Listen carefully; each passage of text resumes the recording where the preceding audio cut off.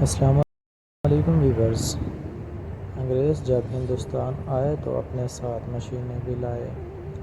उस वक्त तक यूरोप में रेल और दूसरी मशीनें ईजाद हो गई थी।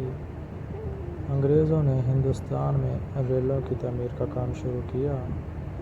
बरसगीर पाक व हिंद में रेल की पहली लाइन मुंबई से थाने तक पहुंचाई गई। इसके बाद मुख्तलिफ हिस्सों में पटरियाँ बिछाई जाने लगी। पहाड़ी इलाकों में पटरियों का बिछाना एक बेहद मुश्किल काम था। अंग्रेज़ इंजीनियरों ने पहाड़ों में सुरंगें खोद कर लाइनों को गुजारा। हमारे यहाँ कोयटा लाइन इसकी एक शानदार मिसाल है। पूना और बम्बई के दरमियान भी बड़े बुलंद पहाड़ हैं। अंग्रेज़ इंजीनियर मुल्क के और हिस्सों को मुंबई से मिलाने के लिए इन पहाड़ों में से लाइन गुजारना चाहते थे। उन्होंने इन पहाड़ों में लाइन के लिए रास्ता तलाश करने का काम शुरू किया। कई जगह सुरंगें खोदने का फैसला हुआ। इन पहाड़ों में आखिर एक जगह ऐसी भी आई कि इंजीनियरों की समझ में नहीं आता था कि लाइन को किस तरह आगे बढ़ाएं। रेलवे का बड़ा अंग्रेज़ इंजीनियर पहाड़ी के दामन में बैठा यही सोच रहा था कि इतने में एक चरवाहा इधर अपनी बकरियां लेकर आ गया। उसे देखकर इंजीनियर को बड़ी हैरत हुई। इंजीनियर ने चरवाहे से इधर उधर की बातें की और फिर अपने मुश्किल बताई। चरवाहे ने इंजीनियर से कहा वो परेशान ना हो, और फिर उसने एक ऊंची जगह खड़े होकर इंजीनियर को लाइन बिछाने का रास्ता दिखाया। इंजीनियर उसके मशवरे से बहुत खुश हुआ।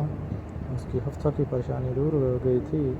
आखिरकार ये लाइन इस चरवाहे के मशवरे के मुताबिक बम्बई तक पहुंच गई। इंजीनियर ने रेलवे के बड़े अफसरों से कहा, आइंदा ट्रेनें जब भी इस मुकाम से गुजरें थोड़ी देर रुक कर चरवाहे की याद में सीटी बजाएं। इसकी ये बात मान ली गई। इस लाइन पर से गुजरने वाली पहली ट्रेन से लेकर आज तक यही होता है। बिजली की तेज़ रफ्तार ट्रेनें यहाँ एक सेकंड के लिए रुक कर सीटी बजाती हैं और अगली मंजिल की तरफ चल पड़ती हैं। ये सीटी गोया उस चरवाहे के एहसान की याद में बजाई जाती हैं। इससे ये भी साबित हुआ कि मशवरा मुफीद होता है। बाज़ औक़ात मामूली आदमी भी लाख रुपए की बात कर जाता है और एहसान का बदला एहसान ही होता है। तमाम व्यूअर्स ऐसी मज़ीद वीडियो देखने के लिए हमारे चैनल को सब्सक्राइब करें।